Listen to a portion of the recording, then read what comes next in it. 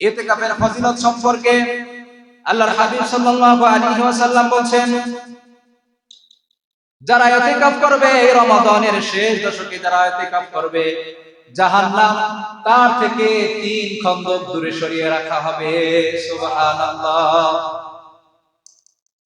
عن ابن عباس رضي الله تعالى عنه عن النبي صلى الله عليه وسلم قال من اعتكف يوما ابتغاء وجه الله, যে ব্যক্তি রমাদানের শেষ দশকে একদিন ইতিকাফ করবে, আল্লাহ তাআলা সন্তুষ্টির জন্য যে ব্যক্তি একদিন ইতিকাফ করবে, জাআলাল্লাহু বাইনাহু ওয়া বাইনান নারি সালাসাতি খানাদিকা, আল্লাহ তাআলা এই বান্দা এবং জাহান্নামের মাঝে 3 খন্দক দূরত্ব সৃষ্টি করে দিবে।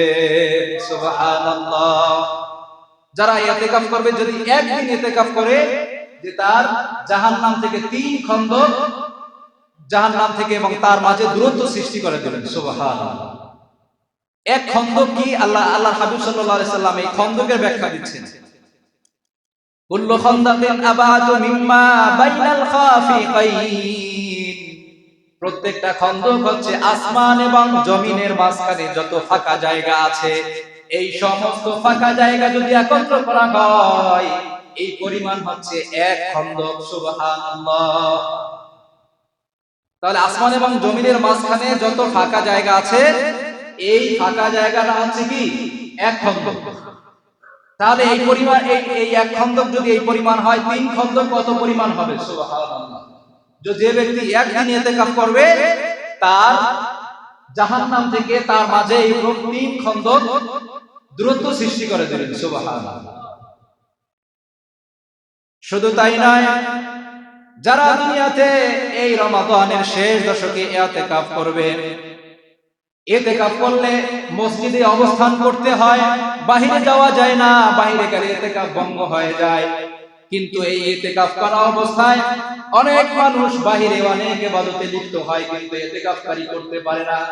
যেমন জানাজার নামাজ হলে, জানাজার নামাজে অনেক সওয়াব, কিন্তু এই ইতিকাফকারী জানাজায় অংশগ্রহণ করতে পারে না, কোন মাহফিলে অংশগ্রহণ করতে পারে না, দিনে কোন মজলিসে অংশগ্রহণ করতে পারে না, কোন রোগীকে সেবা করতে পারে না, রোগীকে দেখতে যেতে পারে না। এগুলো সব কিন্তু সওয়াবের কাজ, এগুলো থেকে ইতিকাফকারী বঞ্চিত। ইতিকাফকারী মসজিদ থেকে বের হতে পারে না।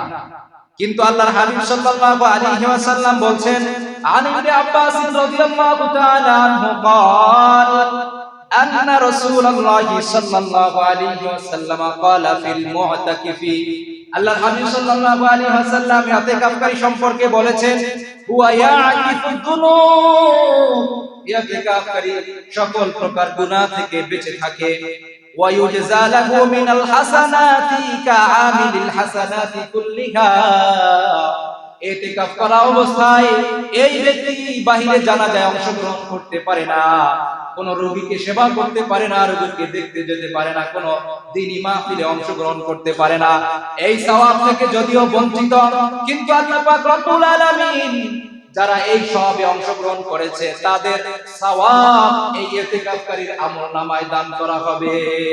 সুবহানাল্লাহ। সুতরাং ইতিকাফকারীর সওয়াব এই দুনিয়াতে অন্য মানুষ যেই সমস্ত নেক আমল করবে, সবগুলো কি ইতিকাফকারী ইতিকাফে বসে বসে পেয়ে যাবে। সুবহানাল্লাহ। তো ইতিকাফের গুরুত্ব অপরিসীম।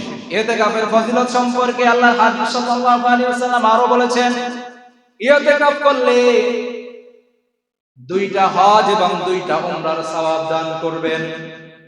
আন আলী ইবনে হুসাইন রাদিয়াল্লাহু তাআলা আনহু قال قال رسول الله صلى الله عليه وسلم من اعتكف 10 في رمضان كان كحجتين وعمرتين, আল্লাহর হাবিব সাল্লাল্লাহু আলাইহি ওয়াসাল্লাম বলেন, যে ব্যক্তি ইতিকাফ করবে, রমাদানের শেষ দশকে ইতিকাফ করবে, আল্লাহ পাক রব্বুল আলামিন তার আমলনামায় 2টা হজ এবং 2টা উমরার সওয়াব দান করবে।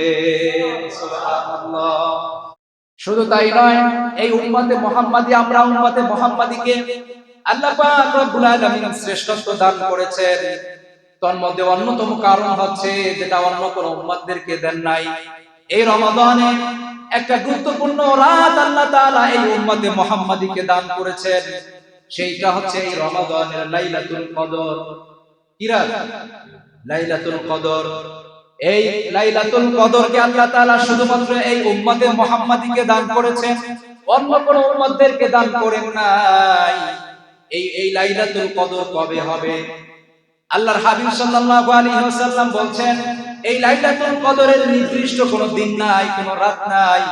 তবে রমাদানের শেষ দশকে বেজোর রাত্রিগুলোতে এই কোন একদিন রাত লাইলাতুল কদর হয়ে যাবে। রমাদানের শেষ দশকে বেজোর রাত্রিগুলোতে 21তম রাত, 23তম রাত, 25তম রাত, 27তম রাত, 29তম রাত, এই 5 রাতের কোন একটা রাতে কি হয়ে যাবে?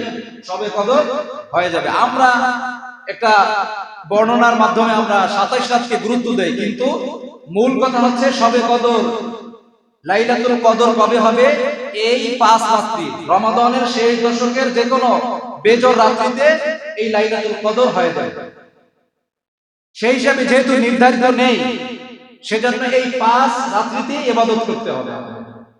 তাহলে আমরা যদি 5 রাত্রি ইবাদত করি, তাহলে আমরা যে কোনো একটা রাত্রে হয়ে গেলে আমরা এতে লাইলাতুল কদর পেয়ে গেলাম। লাইলাতুল কদরের কি ফজিলত? আল্লাহ পাক রব্বুল আলামিন বলেন, লাইলাতুল কদরি খায়রুম মিন আলফি শাহর। যে অন্যান্য উম্মতের হায়াত ছিল 300 বছর, 400 বছর, 1000 বছর, কিন্তু আমাদের হায়াত ছিল সীমিত 60 বছর, 70 বছর, 80 বছরের জিন্দেগি। এখানে ওনাদের মতো আমরা কিভাবে আমলে তাদের সমপরিমাণ হব? আল্লাহ পাক রব্বুল আলামিন আমাদেরকে শ্রেষ্ঠত্ব দিয়েছেন, লাইলাতুল কদর দান করেছেন। আল্লাহ পাক বলেন, লাইলাতুল কদর হচ্ছে 1000 মাসের চাইতেও শ্রেষ্ঠ। সুবহানাল্লাহ। 1000 মাস, 1000 মাস কত দিনে হয়? 83 বছর 4 মাস। 83 বছর 4 মাস যদি কেউ ইবাদত করে, 83 বছর অনেকে হায়াত পায়নি। আর একটা লাইলাতুল কদর যে পেয়ে যাবে, 83 বছর 4 মাস ইবাদত করলে যে সওয়াব, ওই একটা রাত যে পেয়ে যাবে, সেই পরিমাণ সওয়াব আল্লাহ তাআলা তাকে দান করবেন। সুবহানাল্লাহ। আর এই লাইলাতুল কদর পাওয়ার জন্য অন্যতম সুযোগ হচ্ছে এই শবে কদর তালাশের জন্য রমাদানের শেষ দশকে ইতিকাফ করা। যারা ইতিকাফ করবে, এখানে রাতে জেগে মসজিদে ইবাদত বন্দেগী করবে, তারা এই লাইলাতুল কদর নিশ্চিতভাবে পেয়ে যাবে। এইজন্য এই লাইলাতুল কদরের ফজিলত আমরা চাই কি চাই না? চাইলে আমাদের ইতিকাফ করার দরকার আছে না নাই?